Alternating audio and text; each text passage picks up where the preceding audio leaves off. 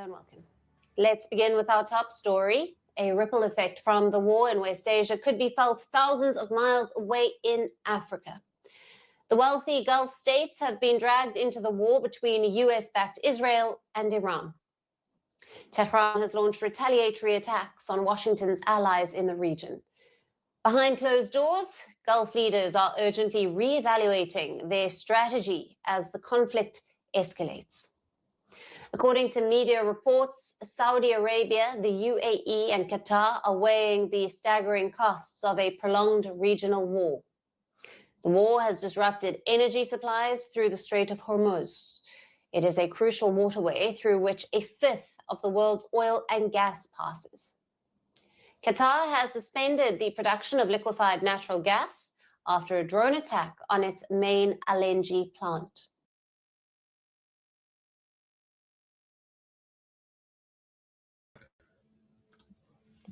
All right, welcome to This Week in Africa, your weekly live stream where we review all things Africa related.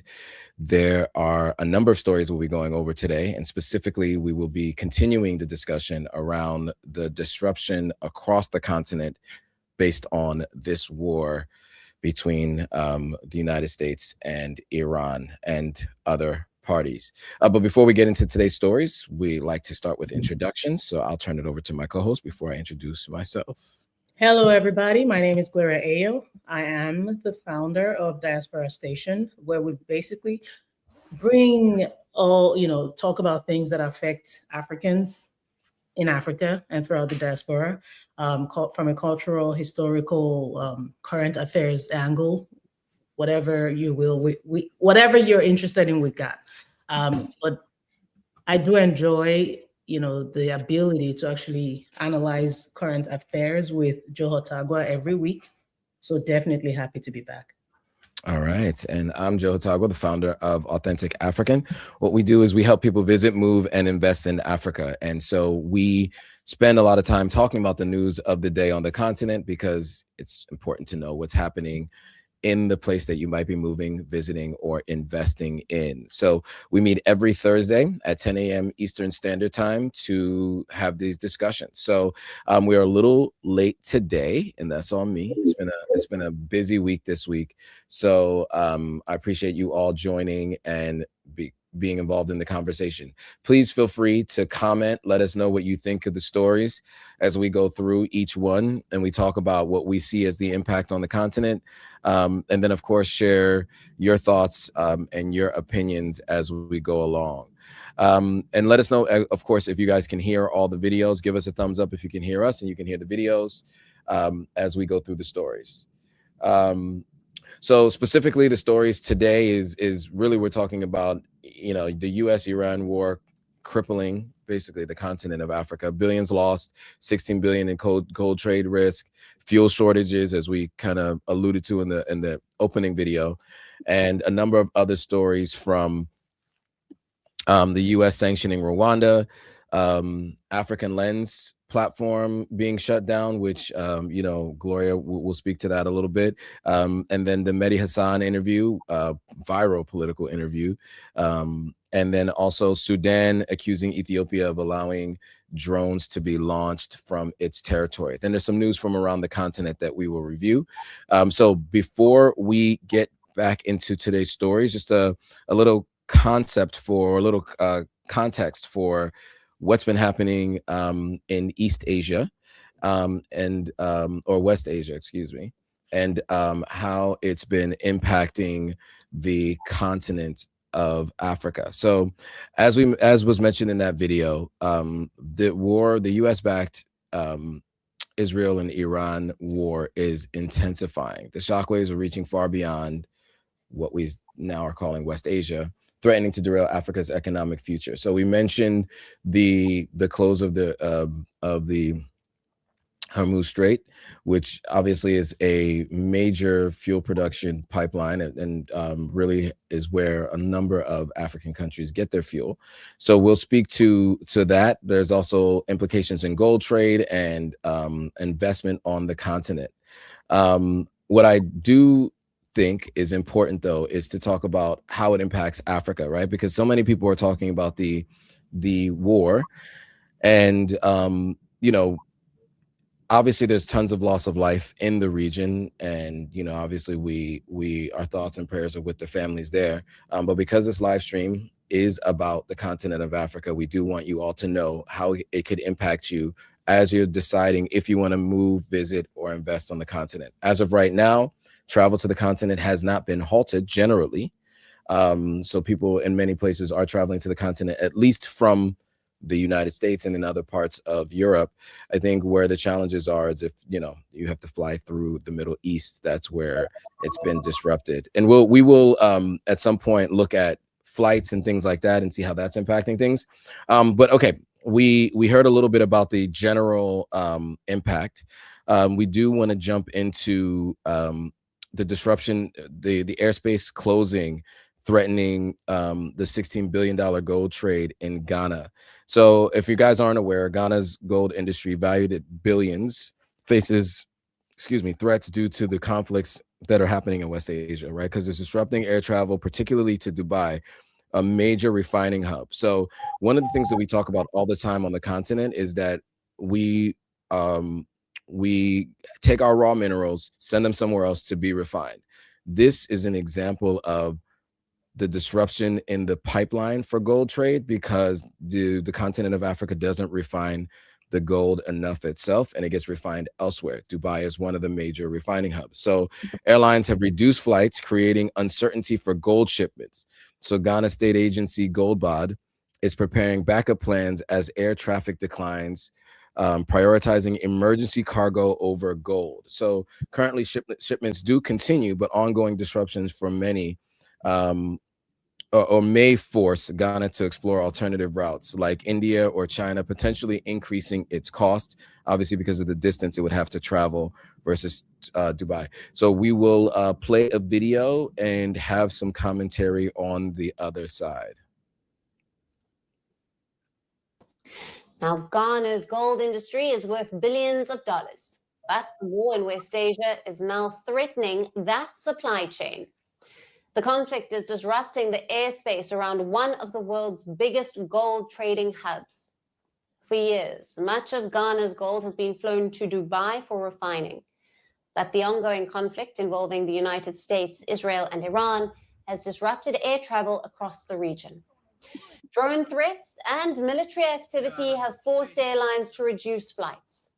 That is now creating uncertainty for countries that rely on these routes to move valuable cargo. Ghana's state gold trading agency, Goldbod, says that it is preparing backup plans.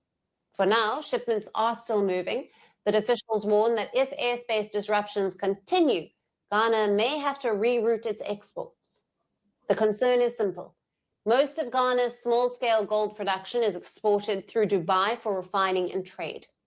If flights slow down, the gold cannot reach the market, and that could hit one of Ghana's most important sources of foreign currency. The pressure is already visible.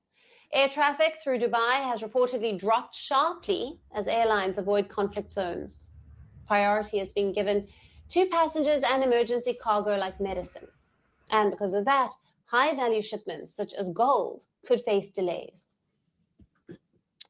All right. So your thoughts, Gloria, on the disruption to the potential gold market, well, the potential gold market disruption and some of the delays that they're discussing here. Yeah, so Ghana has a $16 billion gold industry. That is huge. For years, Ghana has served as a primary global hub for refining and trading Ghanaian gold. But as we can all see now, this conflict has turned the regional airspace into a danger zone. So airlines are now being forced to reduce the flights, to prioritize emergency cargo over these shipments that obviously have a lot of value. The bottleneck, the logistical bottleneck,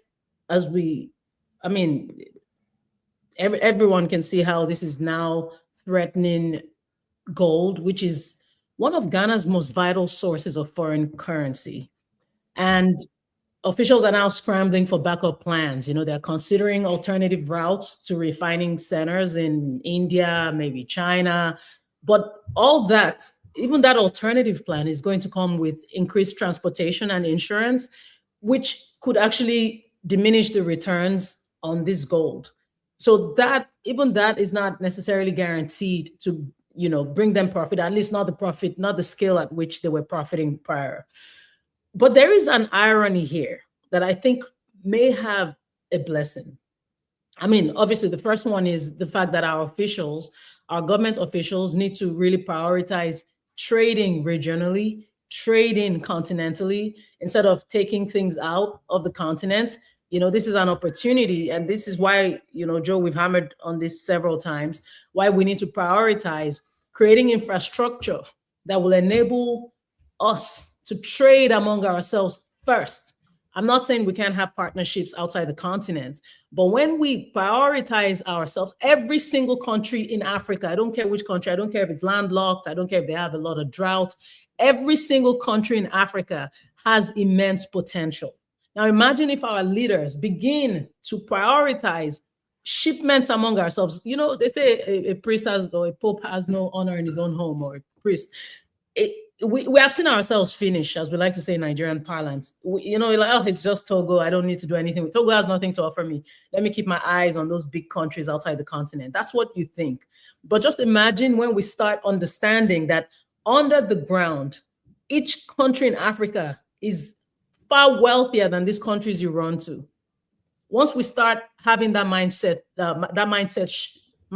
shift, we will see the potential of Africa. And when things like this happen, black swan events like this happen, we know we have one another. We know the continent is still solid. It's not that we will not be affected, but to a large extent, the continent will be taken care of.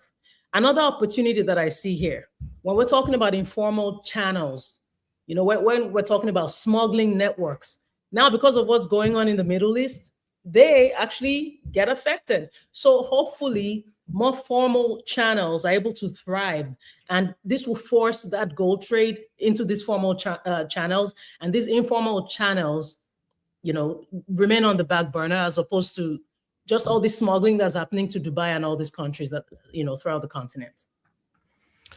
Yeah, I agree 100%. And to your point, we do need to be more self-sufficient. So there's some comments and some questions about if and when Africa will get there.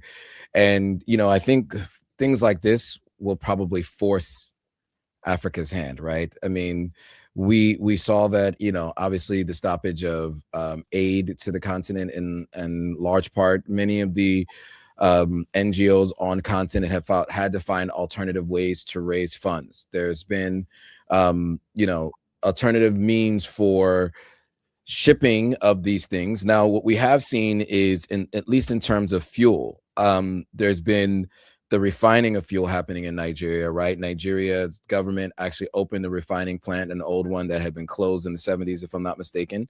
And then, of course, Dangote, so on the private side, had done the same. That's still not enough for the entire continent, not even for the country or the region. So, you know, it looks like, you know, Africa's moving in that direction, kind of being forced to slowly but surely.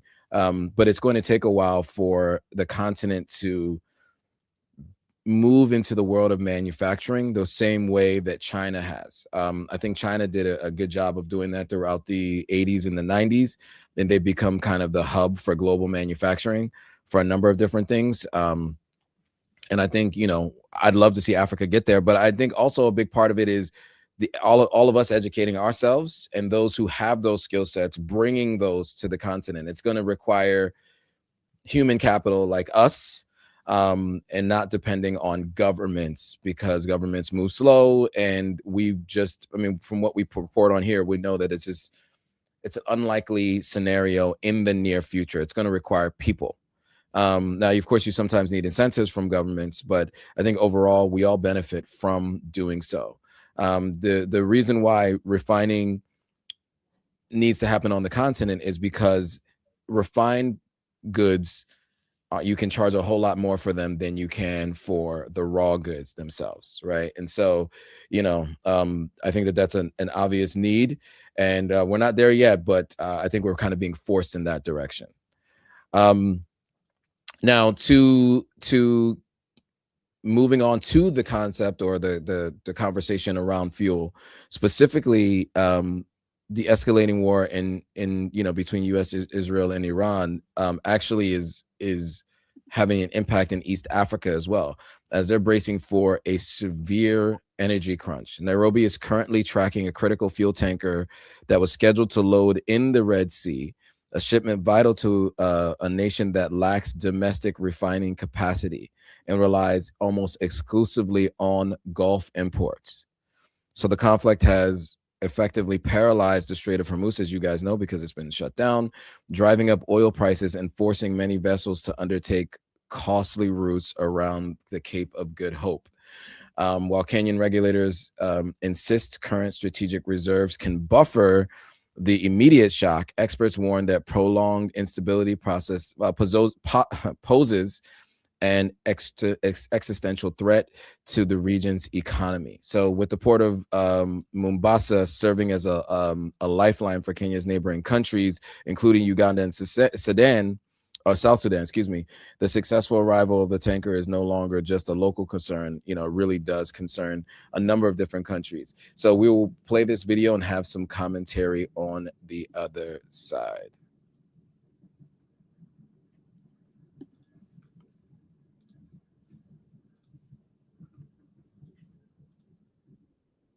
Has choked off energy supplies, driven up rates of oil and gas, and it has the entire East Africa region on edge, especially Kenya.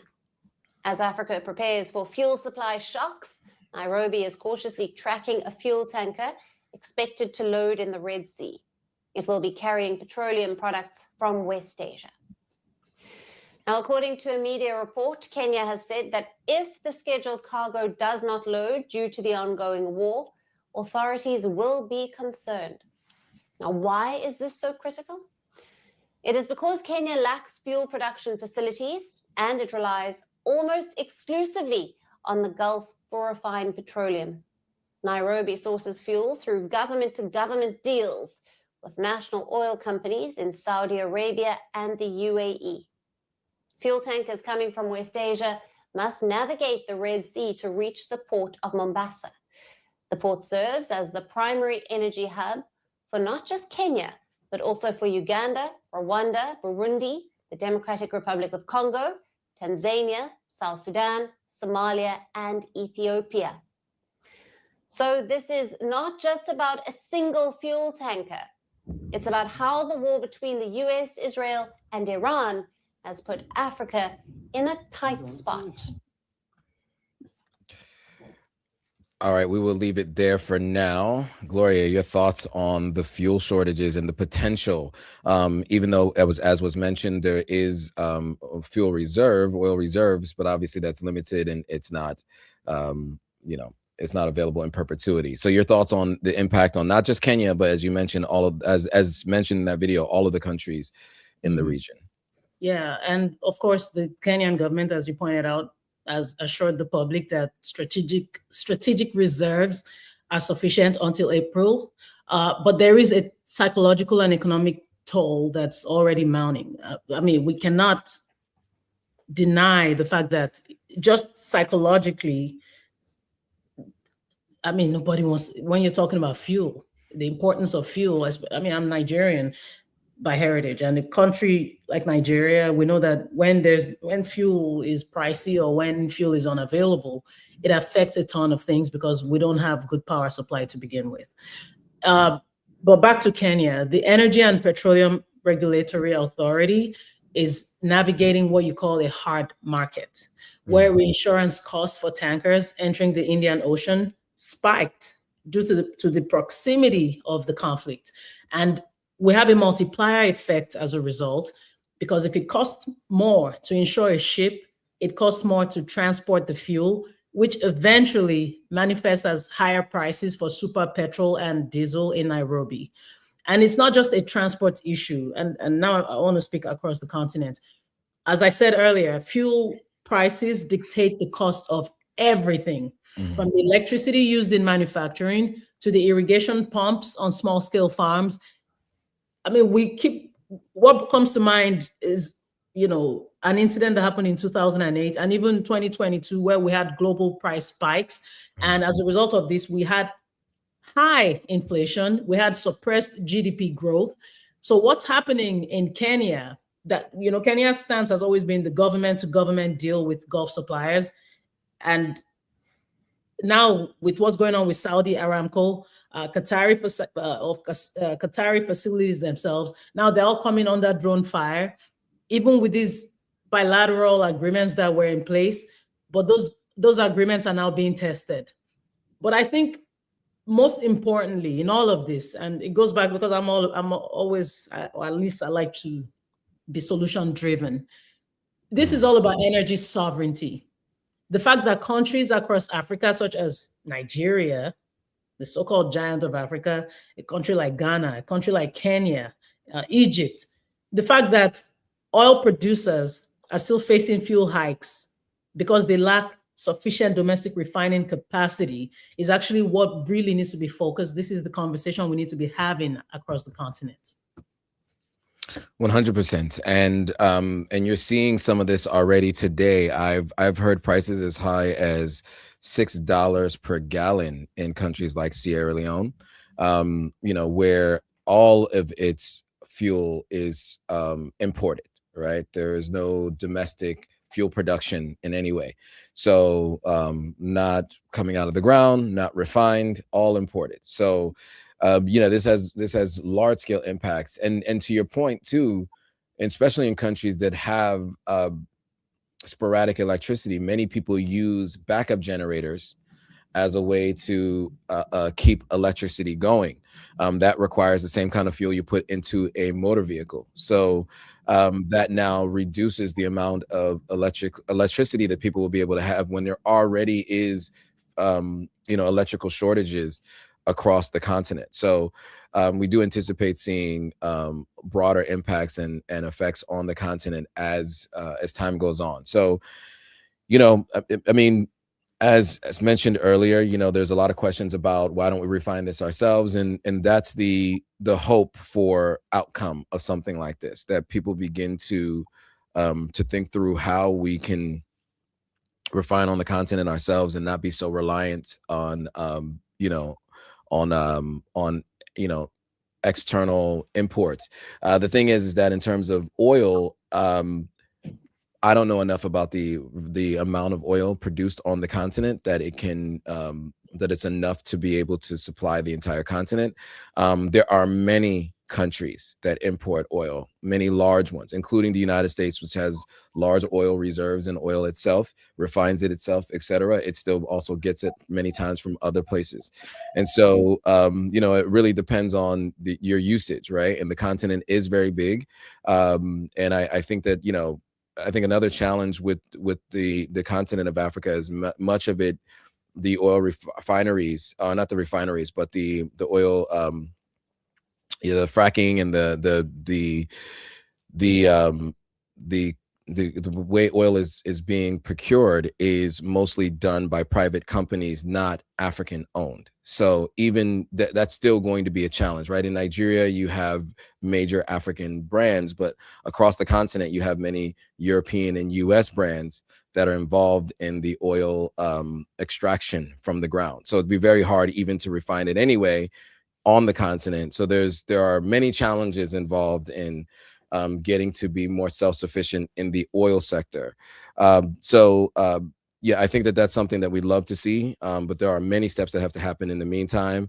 And I think it's going to require a lot of thought and really, you know, really serious effort by those who have knowledge and understanding of this process, who can, you know, help to begin to transfer that knowledge, and then, you know, obviously make some adjustments. Now with that, sorry, I'm getting a call from my lawyer, so it's just a little distracting. Court cases in Africa are not fun. Okay, so we'll move on to sanctions potentially coming from the United States to Rwanda over what is being said that M23 rebels Rwanda's involvement with them in Congo as the war escalates. So, you know, Central Africa in this peace deal that was supposedly brokered by the United States between Rwanda and DRC has run into some speed bumps. So Rwanda's military is now being accused of undermining the Washington Accords aimed at reducing violence in Eastern Congo. So 4 senior Rwandan officers have also been sanctioned, freezing assets and cutting off financial access. The U.S. alleges that Rwanda supported M23 rebels, enabling their capture of cities like Goma. Rwanda denies these claims, citing national security. The conflict has resulted in significant displacement with over 8 million people affected, while U.S. interests focus on securing access to critical minerals in the resource-rich region amidst broader global competition. So as you guys know, the U.S. has recently brokered what was called a peace deal. I think there was a little bit of speculation as to how long this would last, but it was, you know, signed at the White House. If you guys remember, we covered this story previously. There were a lot of viral moments from those conversations, if you guys might remember, with the news reporter, etc. But we were watching closely, and here's the update. So we'll play this video and we'll have some commentary on the other side.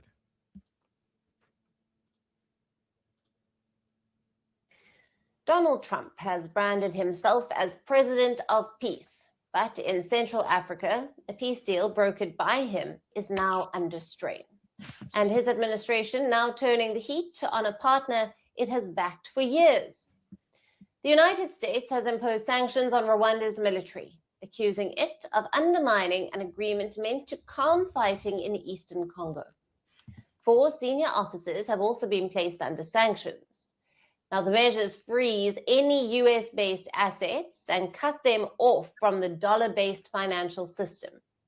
Washington says the Rwandan military supported and fought alongside the M23 rebel group in Eastern Democratic Republic of Congo. According to the US Treasury, the M23 would not have captured key cities such as Goma and Bukavu without Rwandan backing. All right. So your thoughts on this, Gloria? Yeah. Let's talk about the Washington Peace Accords that was signed just months ago in December 2025. We've covered this. We've covered, you know, the relationship between Washington and Rwanda and all the deals that have been signed with Congo present. Sometimes we've talked about all, you know, we've covered it every single time it's been in the news. And this deal, the one that happened in December 2025, came with a lot of fanfare by the Trump administration. It was supposed to be the end to the M23 insurgency. And only days after the ink had dried, the Rwanda-backed M23 forces captured the strategic city of Uvira, which is near the Burundi border. And this was the final straw for Washington. The sanctions are now targeting the very architects of Rwanda's regional strategy. We're talking about the chief of defense staff, the army chief of staff, and some specialized commanders. By freezing their assets and barring any transaction with the RDF, the US is basically attempting to cut the logistical tail that feeds the M23. And it's all very ironic because at the end of the day, it's about Africa's resources. The M23 currently controls the Rubaya mines, which is actually the world's most significant source of tantalum, coltan, that's used in every smartphone and electric vehicle on the planet. Critics are now arguing that while the US is sanctioning the military, it's also signing letters of intent with Rwandan mining companies to secure supply chains. And at the end of the day, what happens to the Congolese in all of this? There's a huge after effect that on a global scale is not being talked about enough. We have a landscape of human wreckage. Millions have been displaced. There have been summary executions.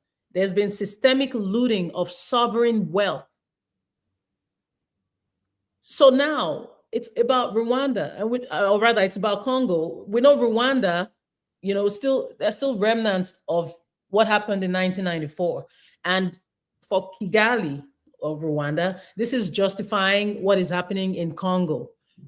Well, anyway, the US has actually signaled that this narrative, this security narrative, can no longer be used as a blank check for territorial expansion. But my big question to the US is intent. Is it only about resources, or are you truly concerned with bringing peace to the world? After all, some people have nominated you for the Nobel Peace Prize, dear President Trump. Is this about peace, or is it about resources? Which one is it? Or are you going to say two things can be true?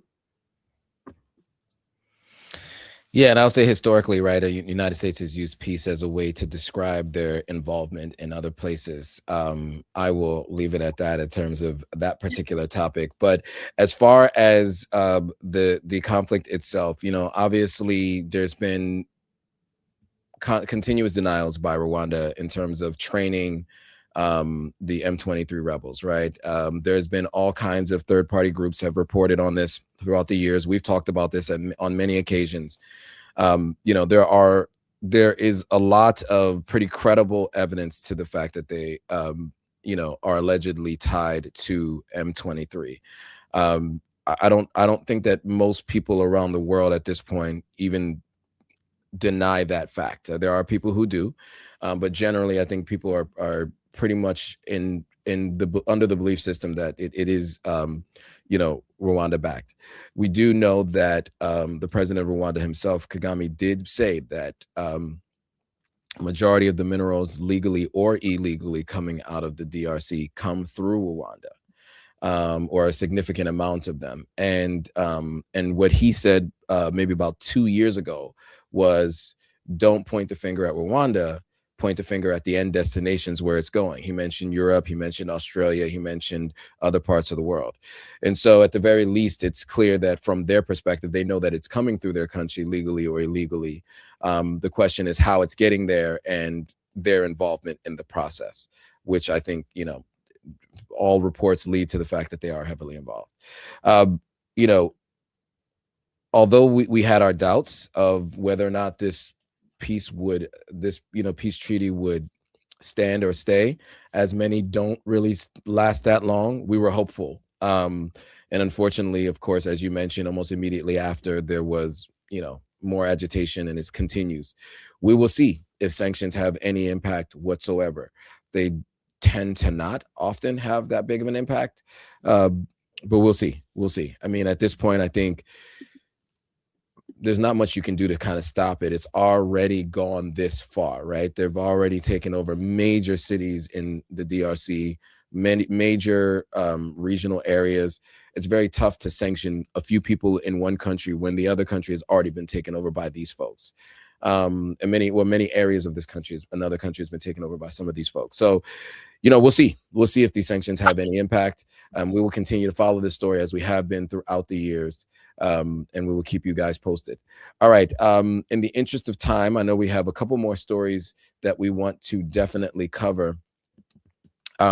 Next of which is African Lens. So much like African Stream, unfortunately, the platform African Lens has been banned, at least from Instagram, and we'll speak to, you know, Gloria and where else they've been banned. But you know, Gloria had started collaborating with them very early in their journey, and you know, obviously we've all watched them grow. I also did some collaborations with them as well. They have asked to be followed on X. But Gloria, let me turn it over to you to maybe speak to your relationship with African Lens and what you've been, you know, what insight you've been given after speaking to them. Thank you so much, Joe. And thank you for always using your platform to shine a light on things going on the continent, whether or not they're necessarily some stories don't make mainstream news, but you don't prioritize your stories based on what is trending and what is not. You prioritize based on what is important to be talked about on the continent. So thank you so much, Joe, for that. I took particular interest in African Stream. I literally saw, and of course African Stream, but in African Lens, I saw them, you know, my discovery when we first started interacting, they probably had about 300 followers. But I saw their potential. I saw the layout of their page. I saw their editing style. I saw the stories they were covering. And I said, this is an important page. You know, when we're talking, we can never have too many comrades when it comes to African stories, because our stories, as I keep saying, are the most suppressed. Our stories, ironically, are the darkest, and they are the most suppressed. Our stories are the ones that people, I'm having goosebumps. Our stories are the stories that people insist are not that important, and they need to be forgotten, and they need to be wiped out. So when we see platforms like Authentic African or African Lens, these are very important platforms, because these are the megaphones that Africa needs. There's so many things about Africa that even Africans don't know about themselves. There's so many stories. So to have a platform like African Lens was very exciting, and they did good work. In such a short time, they grew in leaps and bounds. I saw the people who were interacting with their page. Caesar, the singer Caesar. I mean, you had high-level celebrities, global celebrities interacting with their page. That's the kind of reach they had, you know? And for that to have just been wiped out overnight, I mean, it gave PTSD, because you think about like African Stream and what happened to them. And they're everywhere. They've been banned everywhere except X. Now, as far as the specifics of what happened, maybe because all they know is that they were banned. I mean, some people would interpret that as suppression, again, of our stories. Based on what we saw, Joe, you've accepted collaborations from them, and I know you don't accept collaborations just to accept them. You do your due diligence, as I do, or at least I try to. I didn't get a feeling of, this page is too risky, they're going to get banned. It never crossed my mind. So while wondering what could have happened to cause this ban, and of course, this takes us to the broader conversation of why Africans also, we need our own platforms. We need to keep doing what we can to tell the stories. I mean, for now, we don't have a choice, really. We have to use, you know, what platforms are being presented, but I know there are some alternate platforms that are being created. And I'm not here to say boycott any platform. I'm just saying we do need alternate platforms where perhaps what's being put out is not being suppressed or seen as offensive or anything like that. But in the meantime, I ask everyone, please go follow African Lens on X. They're still doing their good work there. And I'm so sorry, African Lens, because this has to be really, really hurtful. But like I said to them, it's not the end. It could actually be the beginning of something bigger. Absolutely. Yeah. I mean, look, this is something that has been a concern of mine for a while, because I had gone live with African Stream for, I don't know, almost a year, a little over a year. And we stopped and started again because they had, they had also been threatened. And then, of course, they were removed from the internet. I had been doing some collaborations with African Lens. So, this is a very, very big concern, even of mine. And so that is why, I've started this process of building out an email list for folks to be able to have direct communication with us, and that we can communicate directly with you all. To Gloria's point, of course, we do need our own platforms. But one of the things that, because that conversation comes up all the time, right? Why don't we build our own platforms? Why don't we build our own platforms? People ask that every time they see something like this. The challenge with that is regardless of what your interests are, everybody's on the large platforms. And so it is the easiest place to reach the broadest audience with your message. There are, number 4 billion people or something like that on Instagram and Meta all together and all these platforms. Meta, Facebook, Instagram, and Threads, something like that, around 4 billion, 5 billion. I don't know what the number is total. That's like half of the world. Yeah. And so, if that many people are there, the opportunity to reach people is there. Our own platforms require us to support them, right? And so not enough of us support those platforms for us to only be on those platforms. And so, I'm on other smaller platforms. And look, the size of the audience is just much smaller. And so, of course, we support all platforms, especially all the smaller ones who are all doing their thing, fan base and others. I hear good things. But until more of us use those platforms as a primary source or a secondary source for our information, insight, etc., until then, most of us have to build on these larger platforms in order to reach broader audiences. One, to get in front of more people, and two, in order to generate any income from the processes that you have in place. So there is a question about where people can go to sign up for the email list, and that is a good point. I will just put the link here. It's my Go High Level opt-in form. I'm going to put it in the chat, and then I'll also put it in the description. I don't know if you guys can copy and paste this from the chat. Let me know if you can. But it'll also be in the YouTube description, Facebook description, well, YouTube description. So go over to YouTube to check this video once it's done. But that's the link there. So you guys can just click on that link. That'll take you to the form. You can fill that out, and we will be message you every time a YouTube video comes out, on news, etc. I mean, I'm still working on building out the newsletter itself. And I will continue to kind of nurture this list and continue to work on sharing this with folks. But if you're interested in not being specifically held only by being on this platform, then definitely sign up for the list. This was something that I started working on a couple of weeks ago because the platform is growing tremendously, and we appreciate all of you being there. I think we've reached a little over 1 million people across all platforms, which is great, but also at the same time, that can go away at any time. African Stream was at 3 million people in 2 years. And so that is a concern of mine, of course. And so, and I didn't want to make this about me. So this conversation was about African Lens. But I just want to say that this is why we're doing this, right? It's so that, we just don't know. We want to have more control, right? And so, it's a double-edged sword having to use a platform the size of Meta to get your story out there, and TikTok, and X, and Alphabet or Google.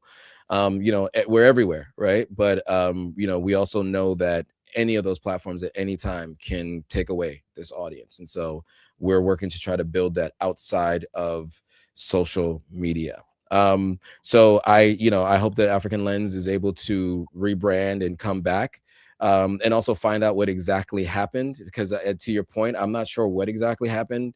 And obviously I've gone through the process of verifying my platform and asking questions anytime I lose access to something, because I will tell you, there's been 4 times in the last 2 years that I've lost access to be able to go live on Instagram, and was not given a reason as to why. But once you paid for the platform, you pay for this blue check mark, and you can email someone and ask them what is happening. Generally, it's been reinstated when I email from another page, but it is something that can go away at any point in time. And so I'm aware of that. So excited to hit a million, but also know that it's possible that I can go away at any time. So yes, I'll leave it at that. But thank you guys for the support so far, and we are working to get people off of these platforms somewhere else so that we can continue conversations with you guys. Okay, one last story before we go. Before I go, I don't know, Gloria, do you have time to stay around and do some of the rest of the stories? Sure. Okay. I just realized the time, so I was rambling for a little bit, so I apologize, guys. It's okay. What's important info? It's okay. So with that, I do want to jump to the story here. This was an interesting story, and this one is particularly about the government of Nigeria. I'll just play the video because I think Gloria does a good job of introing it. So I will play the video, and then we'll give some commentary on the other side. People's lives, and you're going to bring out a glass of water. There is no government on earth more difficult to defend than the Nigerian government. Watch to see what I mean. Are you okay with having the Americans bomb Nigerian people's homes? I'm not aware of that one. Are you telling us that Nigerian citizens are lying about being bombed by the US? I am saying that the military operation that was conducted on that day was targeted as terrorists, and we'd hit them. You have a history of not hitting terrorists and hitting civilians. I'm not aware. Well, on December 21st, Nigerian Air Force said that they handed over compensation to people who were hit in an accidental airstrike on Christmas Day 2024. Do you just bomb every Christmas? I dispute that fact. Take it up with the Nigerian Air Force. Let me ask you this. Since President Tinubu came to office in 2023, the situation situation has worsened in your country. We also have now, portion of foreign interest in Nigeria. Nigeria is now the 5th deadliest country in the world. Are you proud of that record? I acknowledge the fact that we have insecurity in Nigeria. Actually, the number of deaths went up on the president's watch. After this incident of a Christian genocide. There is no country of the world today that is free from insecurity. No, there I are agree. parts of London that's why you can't go in the evening. That's okay, but we're not bombing London to root out militant training camps. But you have had so many of the bombing on behalf of the United Kingdom by the United States. Since you're making rather spurious comparisons. No, the context 11,000 people were killed in conflict in Nigeria in 2025. That is up from 8,700 in 2023. That is a 26% increase. That's a pretty awful record. That's why we are cooperating with the United States of America. Since 9/11, terrorism is a global phenomenon. Agreed. But it's getting worse in Nigeria. That's the problem. I can't say it is getting worse. You just agreed with me when I gave you the number. How many people were killed in the United States last year? In conflict-related violence? Probably. So this is not a conflict. This is part of what Donald Trump many years ago in his first time classified the Western media as fake news. The reason is because context matter. This is not Western media. I could also give you another source. National Human Rights Commission. This is a Nigerian group. 2,266 people were killed by bandits or insurgents in the first half of 2025. That's more than were killed in all of 2024. Amnesty International says you are failing at security. The numbers don't lie. And it's getting worse. Situation. I don't agree to the fact that it's getting worse. How can it not get worse if more people die in 1 year than the previous year? Context matters. What's the context? The context is not getting worse. What? Yes. The context is not getting worse. The context is that it is not getting worse because this is a water. Okay. If you have the water half, you could say half glass filled or half empty. Yeah. Isn't it right? So the Western media always see Nigeria, Africa, and some of the activities in Africa as half empty, but we see it as half full. Before the president took the oath of office, knew the situation in Nigeria. And you made it worse. I mean, come on. It's in the interest of loving Nigeria that we have to keep it real. If you're going to do an interview with Mehdi Hasan, you have to have your facts. And I'll be struggling. The one thing you will never have to fight too hard to defend in life is the truth. What kind of weak cliche illustration was that? We're talking about people's lives and you're going to bring out a glass of water? Oh, there is no government. How do we stop that? Okay, there we go. Yeah, so that was a big story throughout last week. If you're on social media, there's no way you would have missed this interview. I want to recommend that you go watch the full interview on YouTube, but I also want to say, please don't watch the full interview on YouTube. No, I'm kidding. But you should watch it because beyond just Nigeria, this is a bigger reflection on the state of things in Africa. And it's what happens with our leaders. I want to point out, because obviously I'm more familiar with the Nigerian scene. I do want to point out that Daniel Bwala, who is an aide to the Nigerian President Tinubu, in interviews with journalists, he gets combative. He gets defensive. He goes beyond that interview. He goes from TV to other platforms. I'm talking social media platforms, and continues the combat with his journalists. So he comes for them. You know what I mean? Like, he's going to check you.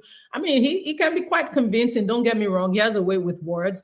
But obviously, like I said, when it comes to truth, when it comes to facts, and when it comes to fiction, it's only so much you can do, regardless of how great of a speaker you are.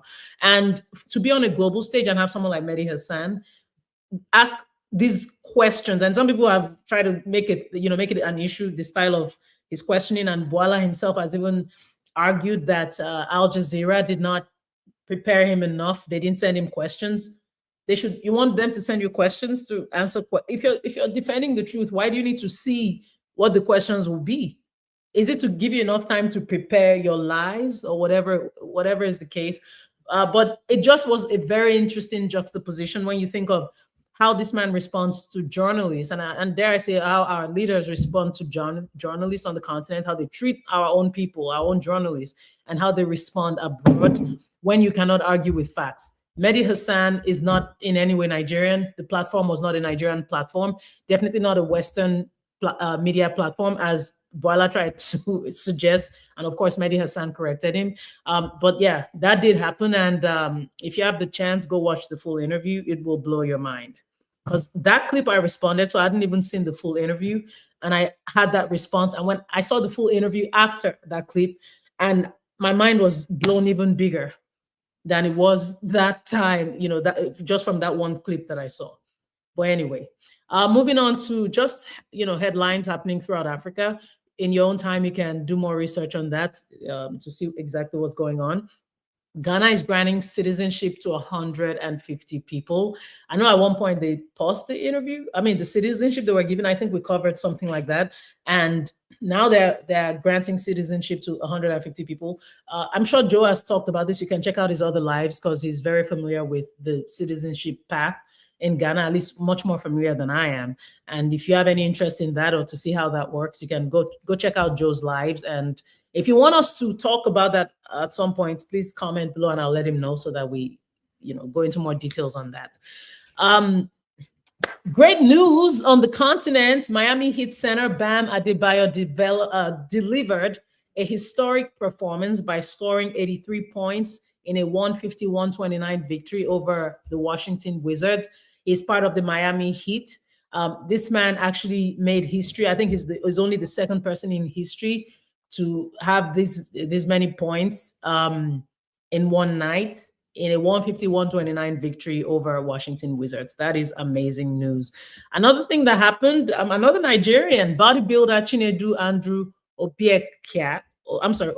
Obieke. I hope I pronounced that correctly. Please forgive me if I didn't. He won the Arnold Classic. The Arnold Classic is a bodybuilding competition that's obviously organized by Arnold Schwarzenegger, who was a massive bodybuilder before he went into acting and even politics.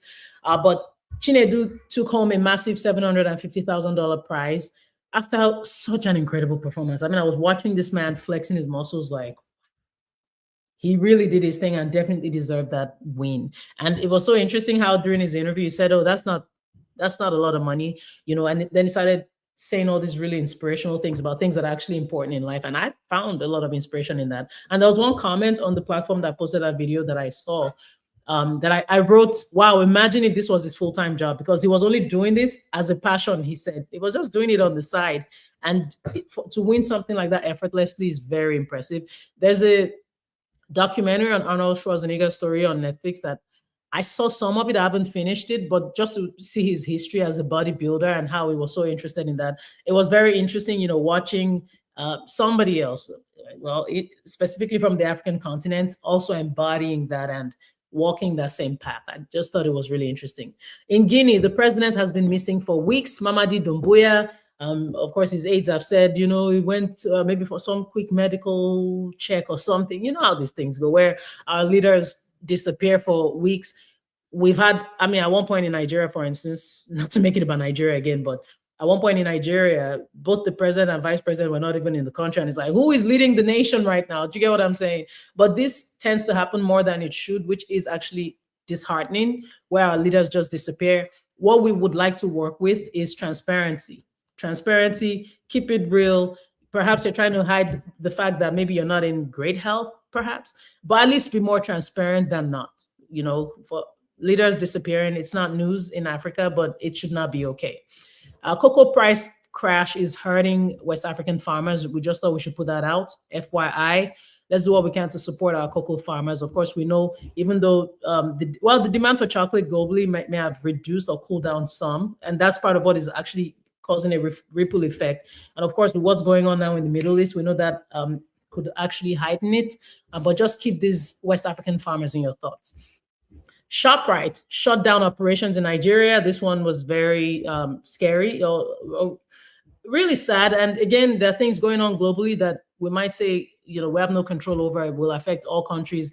But Nigeria in particular is just the economic reality. This is a reflection of the economic reality. ShopRite is a South African franchise, and they did really well in Nigeria. They were very popular. I know when I was in Nigeria, it was probably the store I went to the most. Very convenient. It's almost like the business model of stores that you would see in the West. And I'm not necessarily saying that to reduce or take away from from African stores, but they had that edge because at the end of the day, there was some quality there. And for them to be, and of course, they also had their drawbacks. They also had their controversies around, like GMO produce and things like that. I think I need to mention that for balance. But they've shut down, which is, again, a reflection of the economic reality, regardless of what people like Daniel Boila like to say. Finally, in Tanzania, Burundian refugees are being forced to return home. Reportedly, homes, churches have been shut down and refugees have been asked to go back home. The United Nations has explained how this is not okay. And obviously, just even looking at it, even from a superficial level, just looking at it literally, it just doesn't look okay. You know, having these refugees being kicked out, who moved to Tanzania for different reasons, you know, avoiding conflict and things like that. And for that to be happening is just very concerning. But anyway, that's it for news around Africa. Please ensure that you like, share, subscribe, comment.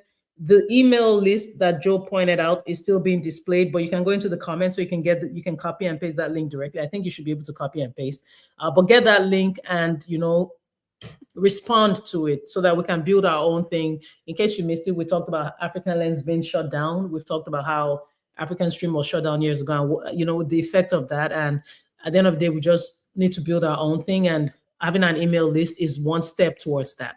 But I appreciate you all tuning in. You can follow Authentic African on all platforms. I am at the Gloria Ayo on all platforms. I also have a network that I'm putting together called Diaspora Station. You should follow that as well. Like, share, subscribe, comment on this post. That way you help us get our stories out there. African stories need to be told now more than ever before. And we'll see you next week, same time. Thank you all so much and have a wonderful rest of the week. We appreciate you. Bye-bye.